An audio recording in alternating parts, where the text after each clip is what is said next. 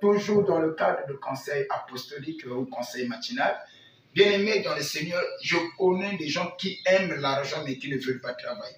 Je connais des gens qui mangent beaucoup mais qui n'aiment pas travailler.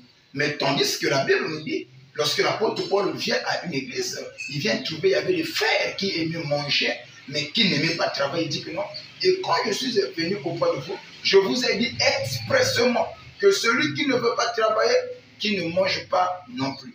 Mais vous allez remarquer une chose, celui qui ne connaît pas travailler, qui ne connaît pas chercher l'argent, il a la facilité de demander aux gens des grosses sommes. Et quand tu te demandes de l'argent, il n'a pas de recul, il n'a pas de retenue.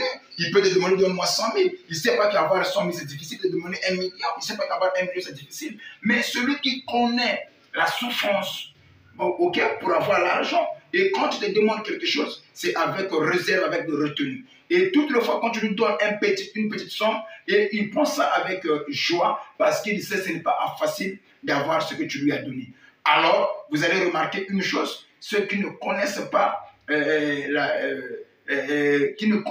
chercher l'argent, ils ne savent pas comment demander de l'argent. Ce sont des gens qui ont la politique de main tendue.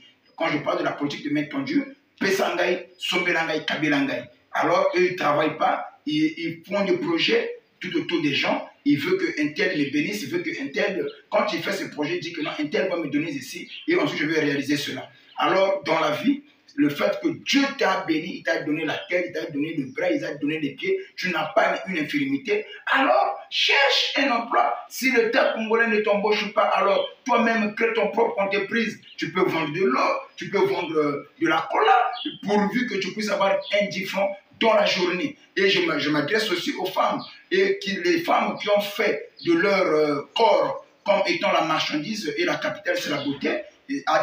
Sachez-le que le sida aussi est là, le sida aussi vous attend, et sachez-le que la beauté que Dieu t'a donnée c'est une grâce, mais ne fais pas de cette grâce-là une disgrâce. Alors travaillez dur et Dieu vous bénira. Le premier trésor que Dieu donne à l'homme sur la terre, c'est l'activité. Ne déshonorez pas Dieu avec la beauté et la grâce que Dieu vous a donnée.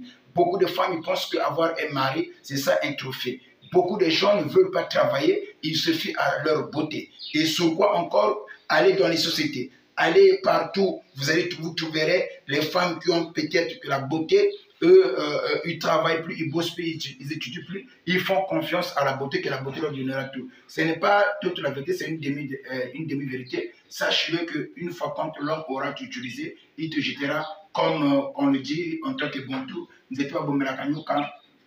après avoir tué le serpent, on le jette. C'est comme ça que les gens vous prennent. Alors, soyez sages, que mon Dieu vous bénisse.